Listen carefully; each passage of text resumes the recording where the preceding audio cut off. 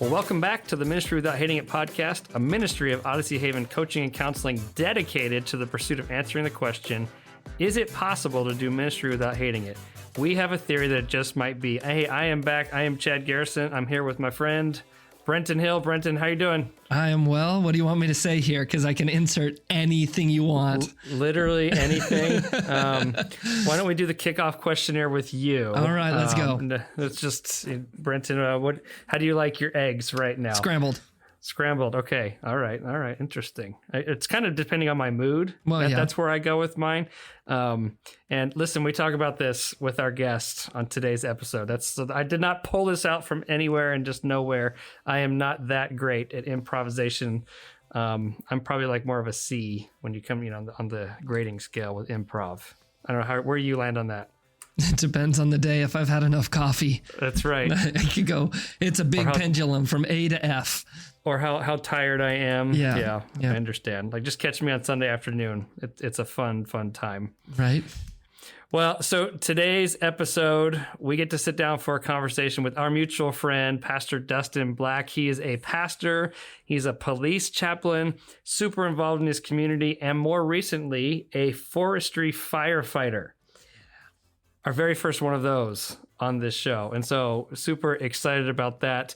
Great conversation, really just a free-flowing. We talk about all kinds of things, but really at the heart of it is how he actually, and not just because it's the name of the podcast, but how he actually has learned to do ministry without hating it, and where he goes and finds really within his rhythms of when he just discerns when he is not operating out of that space, and then really how that applies to community as well, and seeing that thrive. And so really, really excited for you to hear this episode, hear this conversation.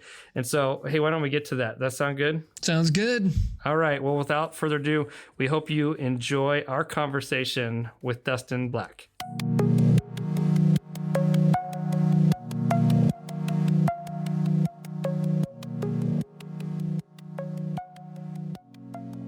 Well, Dustin, welcome back.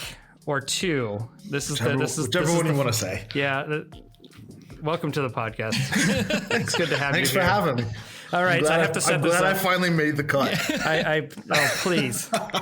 Please. It's your schedule, buddy, that we had to work around. You're always off fighting some forest or something in the fire. The trees come after. You're fighting the literal trees. They're attacking me. Listen, nice. Podcast hosts are just like everybody else. We flub our lines. It's fine. What I was alluding to, Dustin, we made a joke about this in the episode that you're going to hear next after this one next month, but that we recorded earlier, but I introduced him and said, hey, no stranger to the podcast. He's like, this is my first time. Like, well, there's the magic is gone. Thanks a lot, Dustin. It's fine. All right. Hey, so we like to kick off with our kickoff questionnaire as we start these interviews. And these are questions that have nothing to do with ministry, but need to be asked anyway. So here's your first one. If you had to delete all but 3 apps on your phone, which 3 make the cut and why? Everlane, because it keeps track of my miles. Okay. And I wouldn't want to do that on a regular basis. Probably my podcasts. Okay. And my Google Calendar, because my wife and I, that's how we run our lives, is on Google Calendar. And I would be super frustrated without that one. So. All right. So you hit the 3 spheres of work, home, and play. So that's good. Good. All right. Yeah, I think I could do without most social. If I'm honest, I kill way too much time on social media. But it probably could do without them. I would figure out something else to do. I can do absolutely without them. So there you go. All right. So how do you like your eggs cooked? The only way that they're supposed to be cooked. Which is easy. Over easy. Nice. Yeah. All right. Has it always been that way for you? Yeah. Okay. I only asked that because I had to kind of be eased into. I like over easy as well, but at first I didn't like the runny. But that's now, the best. You can dip your toast in it. Yeah. It's the way that God intended eggs to be eaten. Interesting. All right. If time travel were possible, when and where would you go? Oh, that's a good question. I love history. So if I wasn't a pastor, I probably was going to be a history teacher. Oh, wow.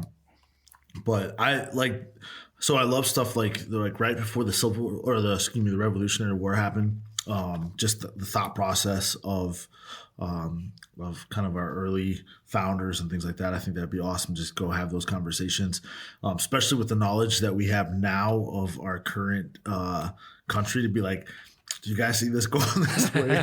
This isn't going to work. Like, is this what you had in mind and stuff? I think that conversation would be super exciting. Interesting. All right. I didn't see the history teacher thing coming. I'm not going to lie to you. Yeah. But that's okay. That's why we have these hard-hitting questions right at the top. Yeah. No, where'd you think I was going to go? Lumberjack. I don't know. He's got an amazing beard, so it just fits.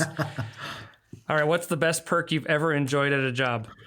My current job as a barista, I get free coffee. Oh, that's perfect. So I don't know.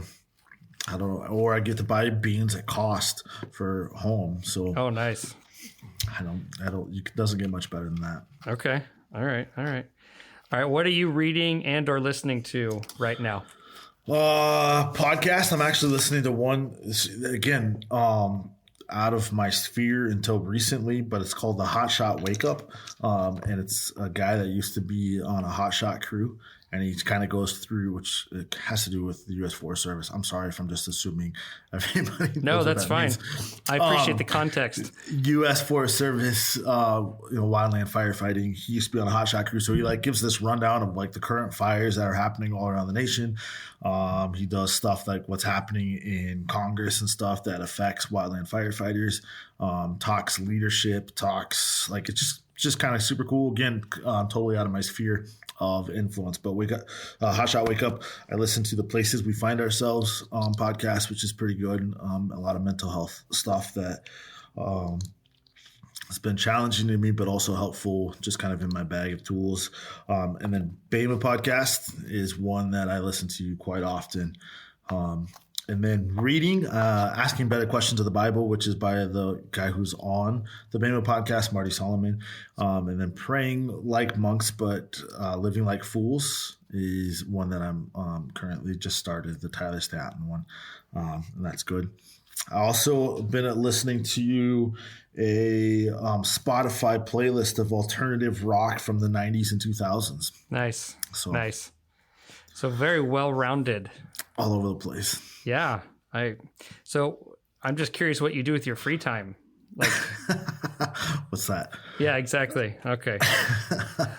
All right. Last one. What do you find exciting in your life right now? This new journey into wildland firefighting. I told my wife if I was 15 years younger, man, I'd be a smoke jumper, jumping out of airplanes into the craziness of a wildland firefighter. I just think that'd be awesome. And so just this, it's like a whole new world to me. And there's nothing that I've had that has been like this. So it's been pretty exciting. Okay. Normally I don't springboard from this, and we'll say that we've ended the kickoff questionnaire. Good job. But you have to set up because, and we'll talk about ministry in your context here in just a minute. But how did you get to fighting not the forest, but the fires in the forest? Yeah. We'll probably get to more of this later. It's really out of community. I had somebody in my church that is part of the U.S. Forest Service and knows of my role so I'm a chaplain for our local police department, and was familiar. He's been in the Forest Service for a long time. So with some of the needs in the Forest Service, they have the highest suicide rate of any occupation in the U.S., wildland firefighters. Wow. And so was just concerned with them. A lot of them, it's a pretty small community. He knows a lot of them. Almost everybody I talked to in the Forest Service has had people that they know personally that have committed suicide and things like that. So it was one of those, hey, Dustin, how do we kind of bring the things that you do as a chaplain and stuff like that to the Forest Service? Being a federal agency, it's completely different than even like a city or a state type of thing. And so the more we've talked about it, I've interacted, with them on a couple different things. He's like, what if we just put you in it? And I said, sure. And so, because that's funny. So, well, part of it comes from even my experience with law enforcement is it's a pretty close-knit community. And so it took me a long time of being a chaplain for them to feel like they weren't a project to me, or I didn't have an agenda or any of that. And, you know, they would do things to be like, hey, Dustin, they would tell me things to see if I told anybody else. So it was just one of those, they were testing the waters for a long time. And there was no good way for me to be a law enforcement officer and then kind of go in that way. But this way he was like, man, if we can get you in as a wildland firefighter, maybe that will help kind of speed that process up. And so February, like legit just started February of this year, I went through all the online training, did field day and a pack test and all of that stuff. And then March, I was in Southern Missouri doing prescribed burns and things like that. And April, the Monday after Easter, I was in Southern Wisconsin doing a prescribed burn down there. And then there was after Easter, the Monday after Easter. Yeah. See, most pastors are trying to put out their own fires. You went out and put out. So I did a prescribed burn down there, and then there was a fire that there was actual wildfire. So we were out actually like trying to save homes and things like that. It was pretty crazy. Wow. Yeah. Yeah, it's funny you said that. What if we just put you in it? I feel like that was my ministry story, period. Like, yeah, absolutely. What if we just put you in here? It. Like, are you sure we want to do this?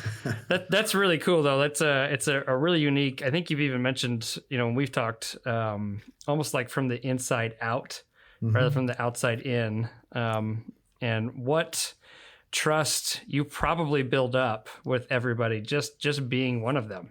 Yeah, and part of it it's the language. This is what I'm finding is all of these different communities are just church communities clothed differently, right? We, and let's just be honest, just community is that we have different language and we have different things that we do and, you know, different priorities. And so it's learning, like this is from an outsider, like it's hard to explain all of those things, but if you're inside, you're like, oh, I get it. Like, so when the Forest Service is known for their acronyms, and I'm like, they start saying stuff. I'm like, literally have no idea what you're talking about. But now that you're in it and they say things, I'm like, oh, okay, that I know what that's referring to or whatever. It made me also, it's changed also how I'm starting to view church and pastoring and those type of things to go, man, if this is how it is to come in new to the Forest Service, I can't even imagine what it is to come in new to church and hear all of these things that people are saying or assuming that I know or whatever. Yeah. So it's changed that perspective quite a bit for me. Well, okay, talk about that, because normally we would ask, what does the word ministry mean to you? And I think we can, but maybe you can wrap that up with what you're talking about in your journey of church and how that has shifted. Ministry for a long time. So, God, how far back do we want to go? It's changed, all the way, buddy. All the way. It's changed a lot in the last 8 years, but really in the last 3, Chad, you and I have had a lot of these conversations. I used to think where I'm at, the position that I'm at right now, was where I wanted to be and what ministry was. Leading a church, being paid full time to pastor, to do ministry, whatever you want to call that. And I've been in this process. I don't want to say deconstructing because I know that can trigger some people. But deconstructing is probably the best word for me to use of what ministry actually looks like. I went back and I listened to a lot of the podcasts from you guys and just listened to other people's definition of ministry because I was like, man, that's a good question.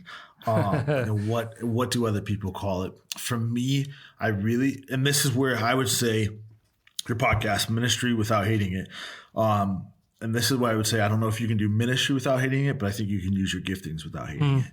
And I think that what we do too often is that we put our giftings inside of this thing that we call ministry, and then we add all of this stuff to it that we aren't designed or built for. And so I think when I use my giftings, that I can do that. And I think that's what ministry is. And I don't hate it. And I actually love it. because I'm doing what God has called me to do. When I add things to that I'm not designed for, that's when I start hating ministry, is because of the expectations. A lot of them are just self expectations, but the expectations and the extra things that I add to that I was never designed or created to do. So yeah, you talked just a little bit about that, maybe more. What are when you think for you personally, the things that you add that, like you just said, I'm not designed to do, therefore now I despise what I'm doing because I'm going against my creation. What does that look like? So I think in the structure of the church, a lot of that has to do with expectations from people. Again, even my own expectations of it needs to look this way. That's why you and I have had the conversation of different things that I've stopped following on social media because of comparisons. But even inside of our own denomination, all of us are Foursquare pastors, and they say like, well, hey, it's not about numbers or it's not about this, but what's the one paper that we have to fill out every month? What does it ask us? Yeah. Right? Like, yeah. And so we can say it's not about those things all we want to, but that's the only way that we, for the most part, are judged for what we do. Even then there's the church aspect of, people saying, Dustin, you don't visit us enough, or you don't call us enough, or you don't like, and then you have all the stuff that comes as pastors of getting quotes to get the parking lot resealed or plumbing done, or what are those things? And I'm like, again, I can do those things. Like but to now we've labeled that under the ministry of pastoring, right? Like, let's think about all the things that fall under that label of ministry and pastoring. And I'm like, I just don't think that's what it was ever intended to be. So I'm trying to meet all the expectations of what ministry is. And again, a lot of it's just history of what we've put under the leadership of pastoring. But I'm like, I try to meet all of those things. But now I'm working as a chaplain. I work as a barista at a coffee shop, and I'm working in the Forest Service. And I'm actually using those same giftings, and I don't hate it. I absolutely love it, because I'm like, there's no expectations that I'm calling anybody extra. There's no expectation that I'm making sure that we got a quote for whatever. Like, there's like, the expectations are what goes with the job, and the ministry just happens because of the position that I've allowed myself to be put in. And I think that's what we've changed, is that, and to be honest, that's where I'm working even as a locally here in my own congregation, is to go, man, I want to quit. I want to quit getting paid to pastor. And I want to, if you're going to pay me, you're going to pay me to be the CEO of a nonprofit organization. Interesting. Because I'm asking the same thing of everybody else in my congregation. What do you do for a living? Oh, you're work for UPS, or you're a teacher or whatever. Awesome. That's what you get paid to do. That's your job. Right. But then when you come to church, what is your giftings and how are you using that locally? And I'm not going to pay you to do that. Like, that's just part of being in a congregation, being part of a local body.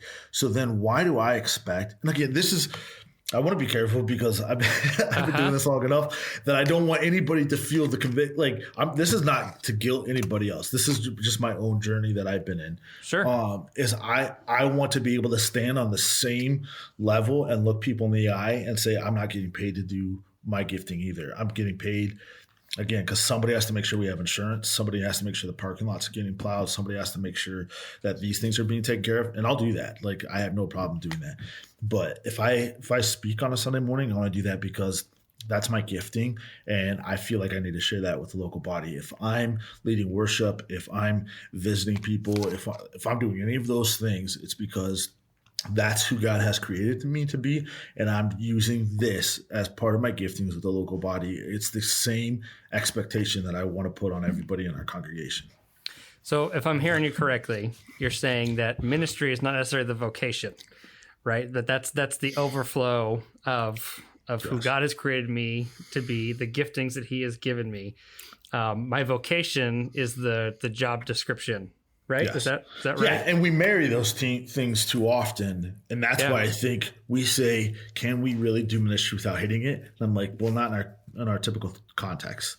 But if we can learn to separate those things, then I think we probably, and again, if you're doing what God has called you to do, and I'm not saying you don't have bad days, we all have bad days, but if you're doing what God has created you to do, like it's just part of who you are. Yeah. And so I don't have to hate that, or I don't hate it, because I'm like, this is just completely natural for me. Right. And I'm not in a position that is requiring me to do something that I am not gifted to do. Now, God always asks us to do things where he steps in and, gives us strength in our weakness and all of those type of things. But he's designed us and given us a purpose. And I think it's when we step outside of that we start hating it, because it's too much for us to carry. I'm glad you clarified that, because if you don't, you can start to come across as this anti-church missional hipster, right? Like I don't need it, and nobody should be paid, blah, blah, blah. It's like, well, somebody's still got to run things, right? But I think that's a great way of contextualizing that, is that, it's not, you're right. I love how you said CEO, because there are times I feel the exact same way. It's like, man, I hate doing the numbers and the admin budget stuff. Yeah. Like that's not. Yeah, we're gonna say. Go ahead, Brendan. The way you described it, that's perfect, because I did a lot of this stuff for free well before I stepped in. And when I got a ministry role, what did I start doing? I started doing administrative scheduling, running, like we have a daycare. So now I'm running a daycare, and like all of these things in the background, like these are not, there's pastoral things that happen inside of those contexts, but that's not necessarily what a pastor is. Like that's not the shepherd. That's not the, that is a business owner or that helps. I don't think it's pastoring for me to have to call 17 plumbers to finally get one called back to fix the urinal. Right. Like, what does that have to do with me being a shepherd? Right. Absolutely nothing. That's like, so, but we've still stuck that under this idea of what a pastor is supposed to do. Yeah. And again, those are the things that I'm like, that's what drains me. Those are the things. But again, if I can separate it, if I can go, man, I'm getting paid to do this. Awesome. Yeah. Like we've all worked jobs that were like, I don't like this part of my job, but I'm getting paid to do it. So I'm going to do it. Yep. And then it also just changes the expectation of my congregation when they're like, hey, Dustin, you should do this. I'm like, actually, I think you should do that. Yeah. It's actually your gifting more than it is mine. Yeah. And so it's just like, I don't ask you to preach. Why? Because you're like, that's not my gifting. Awesome. I don't want you to do something that's not your gifting. So maybe tell us within that frame, you've talked a little bit about it, but maybe pull it out just a bit more, what the success then looks like, or the wins within how you've just defined and really, really, really well separated ministry versus vocation. So for me and our congregation, I literally beat people over the head with this, is we're going to be a congregation of community. For those that don't know, I became the lead pastor of this church during the pandemic in 2020. Woohoo! Great time for a pastoral transition. Yes, I agree. That's when I did mine too. You were there. Yeah, I was. Great. You were at mine. That's right. So weird. But that's because we could travel wherever we wanted during that time. That's why. Exactly. But for me, it was this realization that people had a common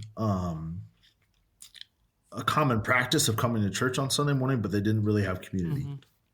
And so, which frustrated me. I got frustrated with how many conversations I had with people that were talking about how lonely they were and all of these things. And I'm like, what in the world? You've been part of this congregation or part of this supposed family. And I'll do air quotes. You can't see me because I'm on a podcast. But how many people? I'm like, you guys have been supposedly friends for the last 15 years. Like, what do you mean you're lonely? And so it was this realization that community wasn't really happening. We were having a shared event, but not shared community.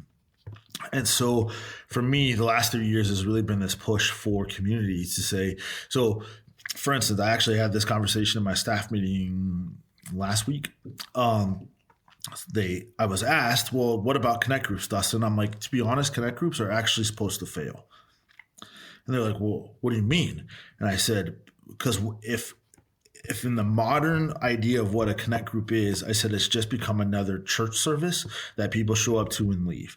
And I said, so how I've known that our connect groups have been successful is that the people that were in connect, like those connect groups are actually no longer meeting, but the people that are in the connect groups are still friends and hanging out with each other outside of the connect group. And I'm like, awesome, that connect group worked. It caused people to have community, to have relationship.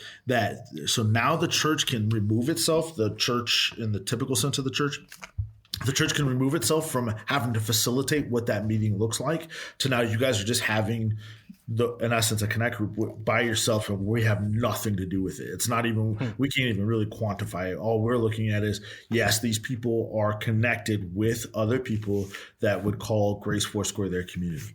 And I said, so if a connect group keeps going and keeps going, and that's not happening, I actually want that connect group to end and for them to start another one with other people, because it just meant that those people were not your people, that you're not actually you're not connecting with them outside of that connect group. So we have tons of connect groups that have started and ended, and they're successful because community has started out of them.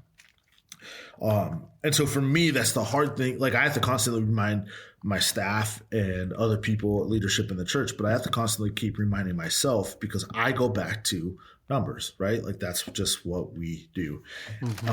And to go, so we'll have a women's event, or we'll have a men's event, or we'll have a special event, and go, typically the question is how many people showed up, right? Like, how many, and now my question is, did we facilitate community? Was there an opportunity for people to know people that they didn't know before? Was there an opportunity for people to have conversation that they weren't having before that? And if those things happen, I don't care if there's 4 people there, like, awesome. The goal of who we are took place at that event, and that's a win for us. Yeah. That's good. That's really good. Go back to that, asking the actual question, how can I do it without hating it? Right.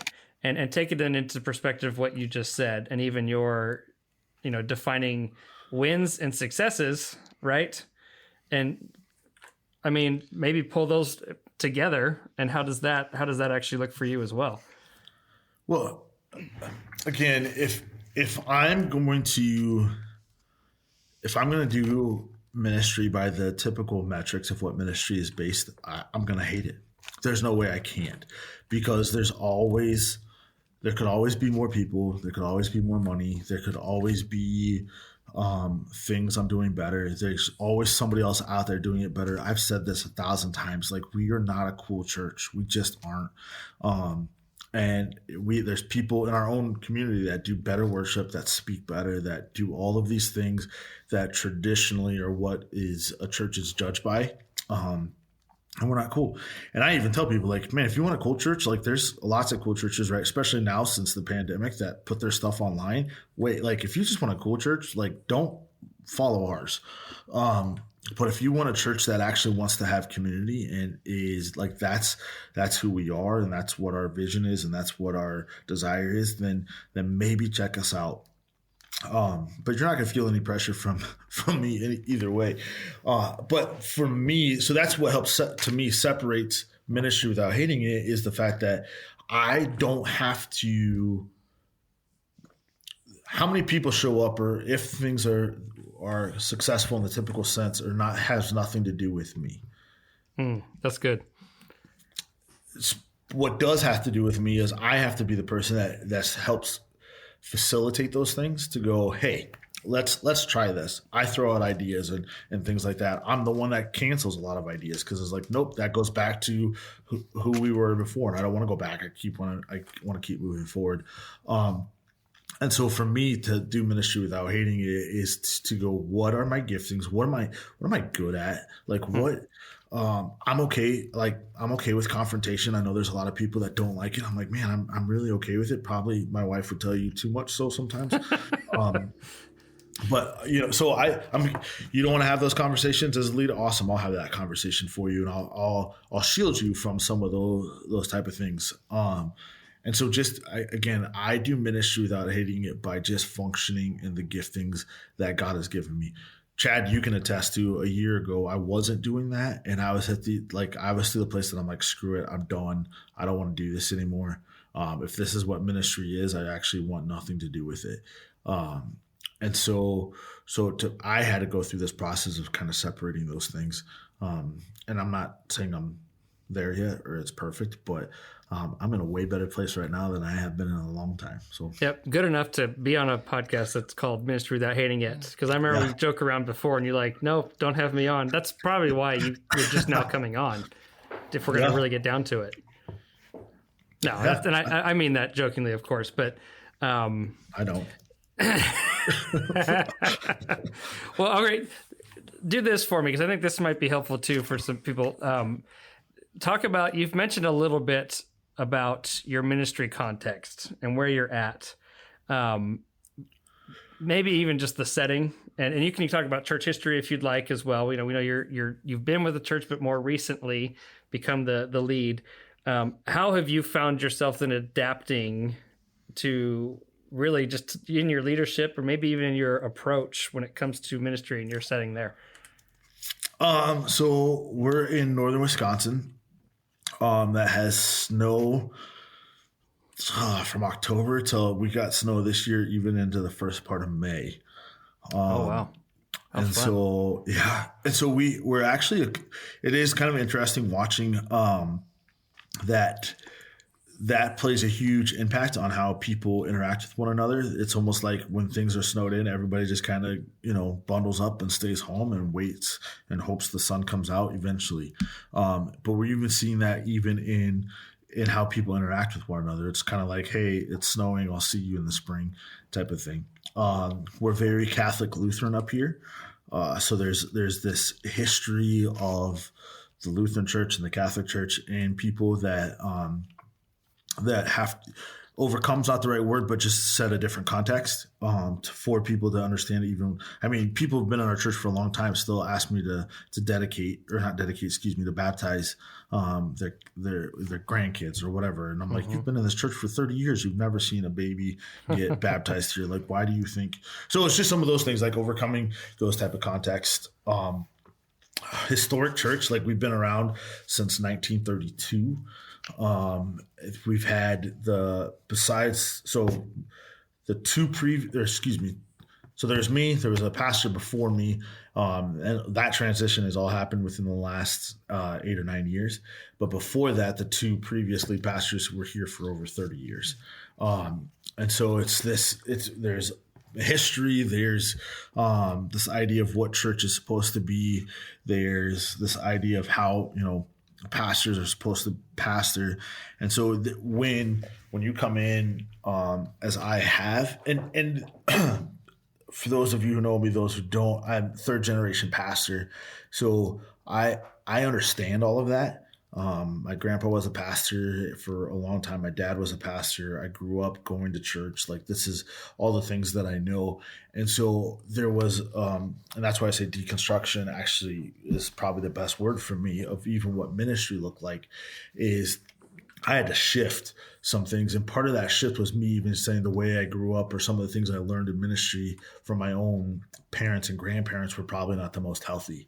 And that's a hard place to go to sometimes.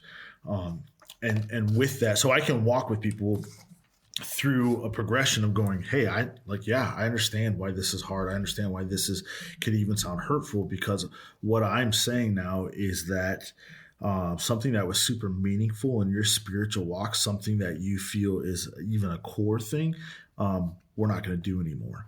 And that shakes people. But I can also say that was core in my experience too. And I've had to get to this progression, and let me walk with you a little bit through that progression, because I had to go through the same thing as well. And so it's just a process. Again, it comes from community. And it takes time. I think that's probably the thing I've learned the most recently is, I want things to go way faster than they go. I want to put in less time and just see more results. And the reality is this type of ministry actually just takes a lot of time.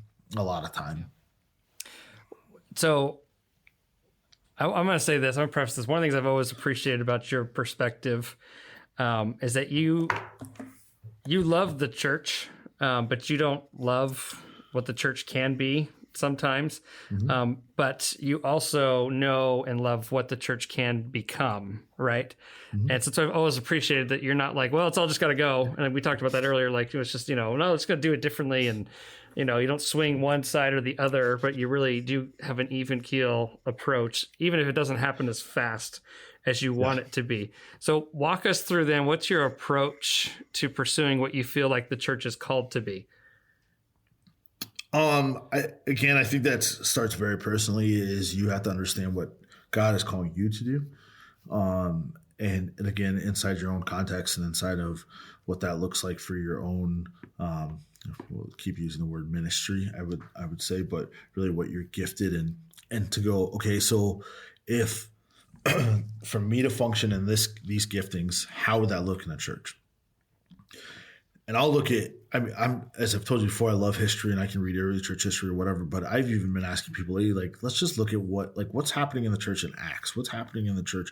And I am not one of those people like, oh man, we got to do church exactly like they did in Acts, but to go, man, what in the world makes me think Dustin at 40 years old has all the answers, right? Like my context is very closed if we actually think about it. And the fact that I grew up in a church, I grew up in a Christian home, I was, that's all I know. So to go, oh yeah, well, Dustin, because he went to Bible college, like he's got the answers. And I'm like, that just seems very closed off. And so I'm like, man, how do we look at people who've one of the guys on our speaking team is a teacher, and it's kind of like a whole different perspective. And I'm like, let's keep inviting people to this conversation, to show different perspectives, to show different thoughts, to agree and to disagree with one another. Like that's been huge lately in our churches. People can say things. This has been super hard for me as a pastor. Go ahead. Go. People can say things from the pulpit, and I've said this, that I disagree with, but I think it's so good for us to hear it. And when you say that, to pause you, we're not talking heresy, right? No. Right. I think, again, we have basic things that we agree on what salvation is and Holy Spirit and, the Trinity and those type of things. But to go, how he applies that scripture is probably not how I would think that we should apply that scripture. But it challenges my own theology to go, okay, maybe Dustin needs to shift some things in his theology. But it also causes our church to have conversations that if I just did the typical thing that I would do would never cause our church to think differently. And we live in a world now that there's constant things coming at us all the time to go to again, not to ever excuse things that we think are contrary to the word of God, but to go, is that a sin? Does that really separate us from God? Is that so good? Sorry, I was just going to say, that's so good to ask those questions and not just go, I learned this and this is what it is. So, I mean, I grew up in an old school Pentecostal type of mindset of where my mom wasn't allowed to co-ed swim, and she wasn't allowed to drink Coca-Cola, and she wasn't allowed to so all of these things that, matter of fact, they weren't allowed to wear jewelry. And here's to me, a prime example of stuff that the church has done. So they had a convention, right? Like at that time, their denomination, and they came back and they said, well, we decided at the convention that women are allowed to wear wedding rings. And I look at her and go, what? I was like, what did you, I said, did you just freak out? And she's like, well, no, we just started wearing wedding. I'm like, I would have been like, well, what other things are you keeping from me that are that you said were sins that are not sins now? I'm like, I would have lost it if that would have happened, to me. And I said, but I still do that, right? There's still this thing, because if you've grown up in the church, we don't smoke and we don't chew and we don't run with girls that do that, we've put this idea of what we think is sin or what we think is, that we contextualize in a way that makes certain things worse than others. And I'm like, let's just have the conversation. I'm not saying those things aren't wrong, but are they?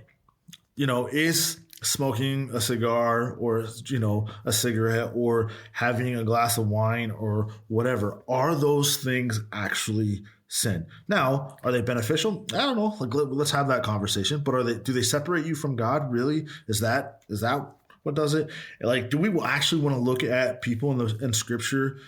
Let's talk about David, the man after God's own heart. Like, really? Like, do we really want to make those comparisons at what we think is sin and what we don't think is sin, what God thinks is sin, what he doesn't think is sin? Like, let's make sure before we get to the place where we're saying this is the standard, that we can actually uphold the standards, or otherwise we're just Pharisees, or start putting, as Jesus tells the Pharisees, you're making this thing way harder than it's supposed to be. And I've said all along, salvation is super easy. Being a follower of Jesus is super hard.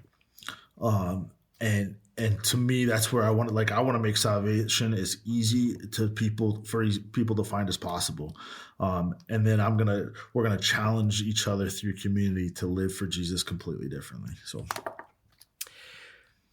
that's really, really good, Dustin. You've used the word community a lot, and I want to drill in on that for a second, if you're okay with that. Because I have had the opportunity several times to visit your community, as we would call it, and be a part of your church. And I feel like that is something that you guys do really, really well. And I think we're hearing some of why and how you continue to reinforce that. But I'm curious if there's anything else that you would personally attribute that to, or maybe what you would say actually sustains that continued, I don't know, I don't say focus, but like what sustains the level of community which you're able to see? A lot of work. It's a lot of me giving time. It's a lot of it has to be demonstrated, that, as I think a lot of times pastors are actually not very good at community. I think we're good at talking about community, but we're not very good at actually living in community, because we don't want to expose areas of our lives. And so I think part of it is me getting up on a Sunday morning and talking about how Chad and I have had a conversation about things that I'm struggling with. It's about me taking some of the guys in our church that we've been meeting Sunday nights for almost 7 years now. Every Sunday night, it doesn't matter if I'm gone or if other people are gone. Like, there is a guy sitting by a bonfire or in a garage waiting to have community with some of the guys in our church. It's us constantly reinforcing the idea of this is what community like. To be honest, as much as 2020 sucked, it also was like this perfect going, see guys, how we were doing church before wasn't working. Like, you can't say it was. All of you are like, this was horrible and I had no friends or whatever. So now I have like this real thing that happened that I can go see. It wasn't working. So what do we have to lose if we keep trying this?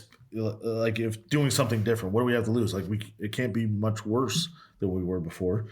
And so just keep focusing on that to go, how do we keep creating things for community? It's to even how we do church cleanup.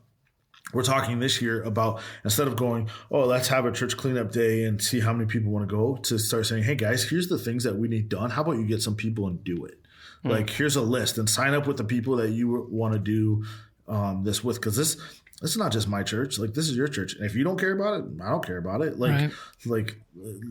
If this is all, to me, I want to leverage every asset that we have to continue to build community, and not to, like, the church falls apart. I've told Chad this before, like, and I even tell our staff, if our church catches on fire, wait at least an hour before you call 911, right? That's a joke, kind of. Well, what do you mean? Yeah, no, kind of. Okay, tell us what you mean. We use so many assets to maintain. I mean, we have great facilities. Yeah. You know that. We have a beautiful church. We have what we call our Family Life Center that has a gymnasium and classrooms and all of those things. You know what my biggest headache is all of that. Right. And I spend a lot of time of, again, trying to make sure we have the right insurance, trying to make sure that things are taken care of. Like I'm getting ready to do a floor project in our gymnasium because the floor is falling apart, and I'm getting quotes for $45,000, $50,000, $70,000 going, like, really, like, this is what I'm supposed to be spending this much money as a pastor. This is what I'm supposed to be spending this much money on. And again, I have to be a good steward of what we have, right? Like, we've been given these things, and people throughout our history put a lot of time and resources and their own blood, sweat, and tears. And so I feel an honor, but an obligation to take care of it, and to go.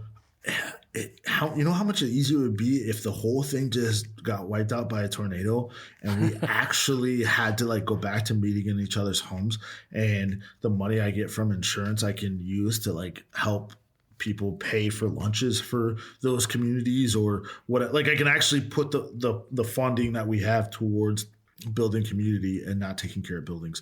Now, so part of that is, how do we leverage our buildings and things like that for community? So probably one of the most controversial things I've done now as a senior pastor is we allowed our facility, our gymnasium, to be used for COVID testing and then for COVID vaccines. Now I've gotten some negative feedback on that of, like, I can't believe you did. And I'm like, first of all, I never said anybody should get a vaccine. I never said anybody should, like, never has been a thing. All we said, and our council made this decision corporately, was there's a need in our community and we can actually meet that need. And I now have directors of,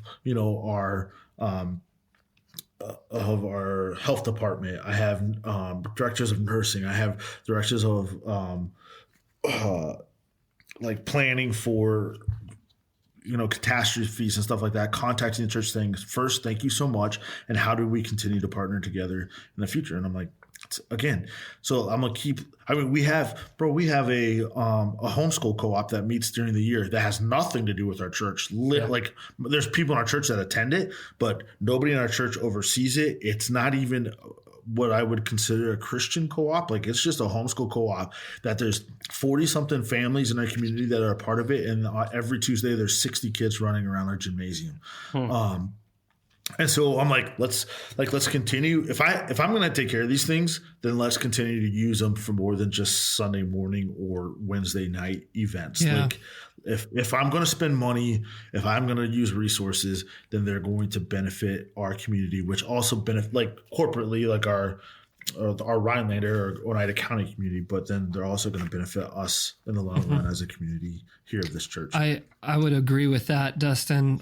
We have a gymnasium as well, and it used to be only for us and nobody else. And that's the community then started to look at us like very exclusive and we don't want to work with anybody. And so we started doing some things like opening it up to basketball leagues. So they practice there, opening it up to toddlers and mom yoga, and just community events for them to build relationship with people in the community. And it changes the way that people outside of the church look at your church. Dude, we had a policy that said if you had a wedding in our facility and you used the gym, there couldn't be dancing. Yeah. Yeah. Right? So you know what? You know who was actually use our gymnasium to practice? The dance team. Yeah. Yeah, good. Like, so I'm like, what are we doing? Yeah. Like, at some point, like, why do we have buildings or facilities if it's just for us? That just doesn't make sense to me. Now, again, you have to be careful. There's liability stuff. Like, I understand all of that. There's policies that even we have now to try to protect some of those type of things. But if I can say yes, I try to say yes as much as possible, which again goes back to building community. I tell people in our church all the time, if they're like, oh, Dustin, we should have men's ministry. I'm like, awesome, you should lead it. And they're like, well, no. And I'm like, I don't need one more thing to do. Like, I have plenty of things. That's right. But if that's on your heart, like, and I tell people all the time, if you have something that you feel like you're supposed to do, I want to resource the crap out of you, but I'm probably not going to show up. That's great. So for instance, there's a lady in our church that's an elderly lady that she likes to lead worship and things. Well, she does these hymn sings, and she's been doing them about once a quarter. I've gone to hymn sings before. That's just not my thing, right? Like, let's be honest. I don't really want to do a hymn sing.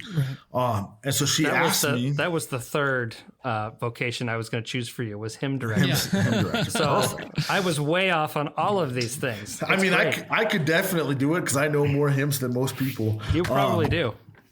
But so she's like, Dustin, I want to do hymn sings. I'm like, awesome. So I made we announced it. We made graphics for it, all of those things. I said, I just want to be very good with you. I'm not coming.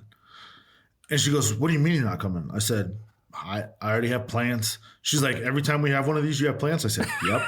and so she's like, and I'm like, but I said, part of it is us demonstrating to the church that you can do community things. You can have so she invites other churches to come. She invites other people in the community. I'm like, keep rocking it. And she keeps having these hymn sings and the pastor doesn't show up. And I'm like, but they still keep happening. And so that goes back to, how do I not hate ministry? Is I stop going to things that I don't want to go to. Like, let's be honest, I get invited to things just because of my title or my position. And I'm like, I don't want to, we're not in community. I don't want to be with you. And that's okay. Why have we made it where pastors can't say no to hanging out with people? Right. Mm-hmm.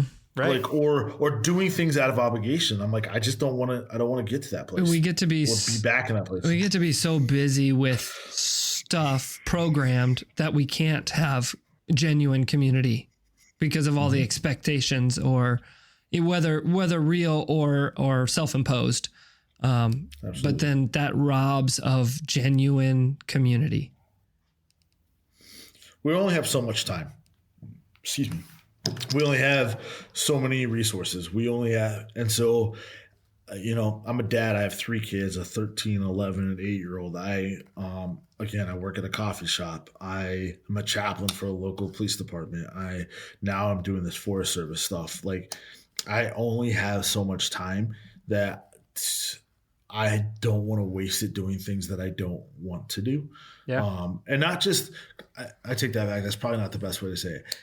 I don't want to do things that are not towards what I feel like my calling is in life. Mm-hmm. Yeah. Let's put it that way. Because there's sometimes that I do things that are towards my calling in life that I really, again, I was on a suicide intervention on Friday night. I don't want to do that. I'm like, ooh, sign me up for one of those. Yeah. But that has something that God has positioned me for and given me the giftings to do. And so I'm like, yep, I can do that. And willing to do that, as opposed to go to a hymn sing that I'm just like, that doesn't give me life, and it's not my giftings or my calling. So you can do it. And again, I'm going to make sure that the lights are on and you have the sound equipment that you need and everything's ready to go. I'm just not going to show up. Well, I think it reinforces what you said in the very beginning too. It's who God created me to be, the giftings He's given me, and that models that. It's the healthy boundaries. I think that's the thing. You talk about, the way things with your parents growing up in ministry. There were unhealthy things. I think that was one of the things that we're starting to see a lot more talked about as those unhealthy boundaries, that they were unhealthy because they didn't fit who we were, or who, like you even said, who we're even supposed to be doing. And honestly, it's a lack of being able to release somebody else to do it, because I'm the only one that should or can do this. And so I think that's really, really healthy and great self-awareness, Dustin. I really do. But again, that's Chad, you and I have had these conversations for a couple of years now, that I've gotten to that place. But again, this is growing up in a church where my family, as pastors' kids, we did everything. I learned to play the instruments. I learned how to play this because my dad would be like, oh, we don't have a drummer. We need a drummer now. I'm like, I guess I got to learn how to play the drums. I was teaching Royal Rangers at 12 years old. Oh, nice.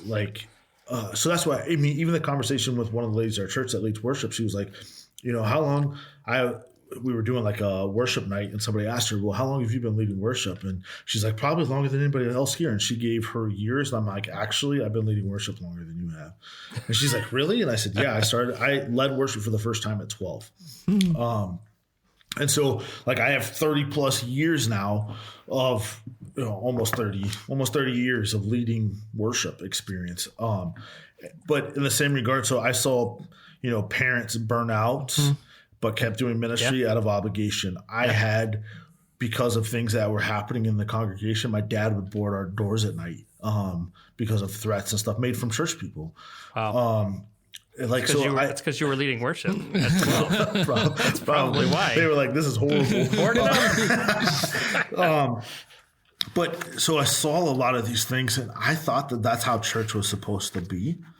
And to be honest, like, I think because of our expectations, we often live out what our expectations are, right? And so seeing that and feeling that that's what church was supposed to be, I kept putting myself into those situations and then going, man, this just doesn't feel right. And it's a realization at some point that maybe I wasn't always taught the best things. I mean, I read my mom sent an email to a longtime mentor of hers and even mine and my dad's. And my mom's not always great with technology and didn't realize that she had copied me on a response that she had sent to him about me, and it was about something that we were talking about. And so she writes him and says, like, I don't even know if, like, I don't know, something about the Holy Spirit or whatever that her and I had a conversation about. And she's like, I don't even know where he comes up with these theologies. Sometimes I even wonder if he loves Jesus, right? And so she sends this to this mentor of ours, and I end up getting it, and she doesn't realize that I get it. And I'm like it took me a minute, right, to go, this is somebody I love and I've looked up to my whole life, right? My mom, and she's still in ministry and still serving Jesus and all of those things, and going, like, it was hurtful. But then in the same regard, I'm like, but it's probably a good place for me to be, where I don't want to just be a contrarian, but I do want to go, are the things that I learned, the things that I know, the things I'm holding on to, are they real, or are they things that have just been given to me? Yeah, that's good. That's good. And if I can say they're real, then I'm going to hang on to them with everything that I am. But if I can say that they've just been given to me, then I got to be willing to let those things go. Thank you for your vulnerability in that. I know that's what a fun story, but at the same time, to have the presence of mind to just not go, Mom, what the heck? What's up with that? And actually take a step back. I think that's really, really great. I mean, we did have that conversation later, but well, there you go. Well, watching your time, Dustin, I've just got one more question that we'd like to end with. And just as we're looking forward, and especially as what you've learned, what you're seeing, you can say for your context, or you can even say really is what you're beginning to see ministry, church altogether. What is it that's encouraging or inspiring you as you're looking ahead to what's next? I think both in my context, but I think even in the conversations that I'm having with young pastors, I can't even say young pastors. You say younger than you. How about that? Well, because we're not young anymore, right? That's the scary part. But even in our context, but even people who are younger than us or younger in ministry than us, is willing to have the conversations of, can ministry be different? Can church be different? As we all know, the statistics are showing people are leaving church and leaving that context. People are leaving the ministry. I mean, I can't tell you how many people I've had conversations with in the last couple of years that have been in ministry for a long time and like, we just can't do it anymore.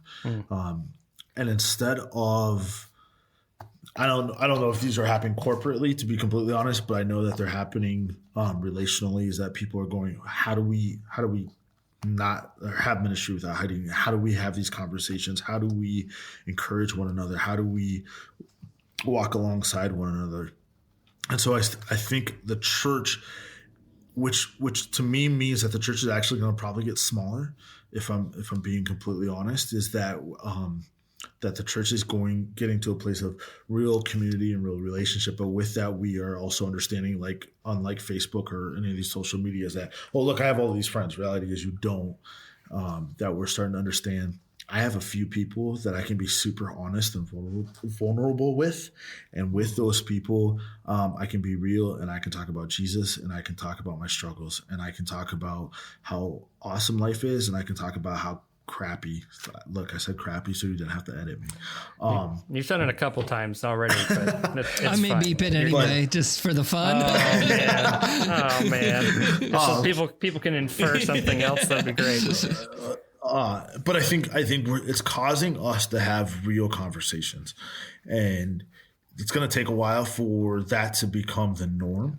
But I think even just podcasts like this, I think us saying, forget what denominations say, forget what church history says. If we don't change something, there's not going to be a church for Jesus to come back to.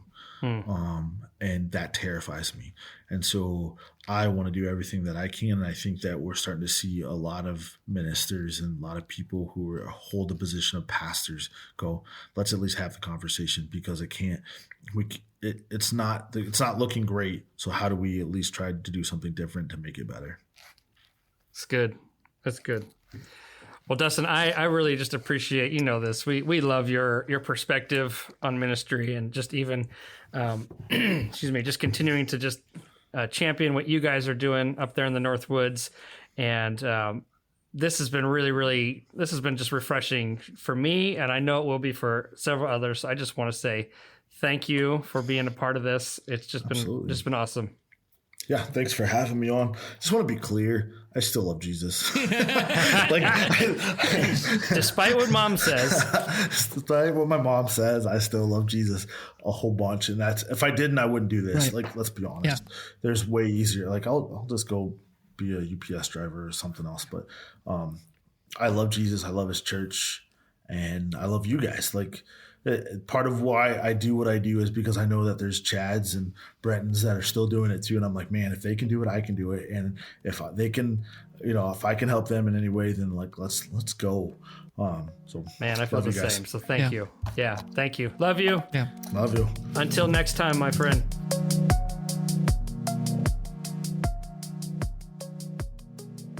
Well, thanks again for joining us for this episode of Ministry Without Hating It. We hope it's helped you take a step further to loving what you do more through the wisdom of others. Once again, we want to thank our guest, Dustin Black. Really just some great stuff, really practical, down-to-earth stuff. I hope that you were able to grab and apply to right where you're at right now. If you'd like to connect further with Dustin, we have made ways to do so available in the episode show notes. And if you'd like to connect further with us, support the podcast, or sign up for show updates, just go to withouthatingit.com to get started. And don't forget to subscribe to Ministry Without Hating It wherever it is that you get your podcast, so you don't miss out on future episode releases. Once again, thanks for listening, and we'll see you next time. Boom. All right.